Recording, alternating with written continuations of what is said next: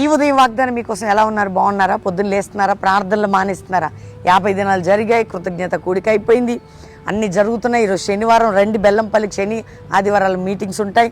అంతేకాక Hyderabad Calvary promise 3 ఆరాధనలు ఉంటాయి. మరి ఆదివారం ఖచ్చితంగా మీరు కుటుంబాలుగా పాలు పొంది మంచి వాక్యోపదేశంలో అభివృద్ధి పొంది బలం పొందాలి. ఎలా ఉన్నారు? ఏ కష్ట దుఃఖ సమయాలన్నిటికంటే చూడండి, ఇర్మీయా గ్రంథం 33వ అధ్యాయం 9వ వచనంలో, ఇగో నా ప్రజలని ఘనతాస్పదంగాను స్తోత్ర కారణంగాను చేసి అందరి ప్రజలు ఎదుట వారికి ఉపకారం మేలు చేస్తే జనాలు భయపడతారు వాళ్ళని చూసని వాక్యం ఉంది. మీరు 33:9 చదవండి. చక్కటి వాగ్దానం. నీకు చేసే ఉపకారాన్ని బట్టి, నేను చేసే నేను ఘనంగా ఎంచే విధానాన్ని బట్టి, నీ చేసే మేలు సకల జనులు భయపడే విధంగా దేవుడు చేయబోతున్నాడు. ఈ వాగ్దానం ఏ దేశంలో ఉన్నా నీ పట్ల నెరవేర్చబడిన కాక ప్రార్థన చేసుకుందాం. తండ్రి, రక్షణ, రోగులకి స్వస్థత, వ్యాధి బాధ చింత దిగులు పోరాటాల నుంచి విడిపించిన ఆమెను గొప్ప చేసుకోండి.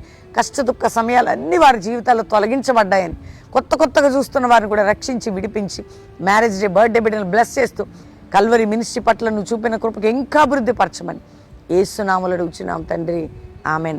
మరి నవంబర్ 10, 11, 12, 13కి McLaren high school grounds Kakinada ప్రార్థించండి. సేవకులు ఆత్మీయులు ప్రేమతో ఆహ్వానిస్తున్నాం.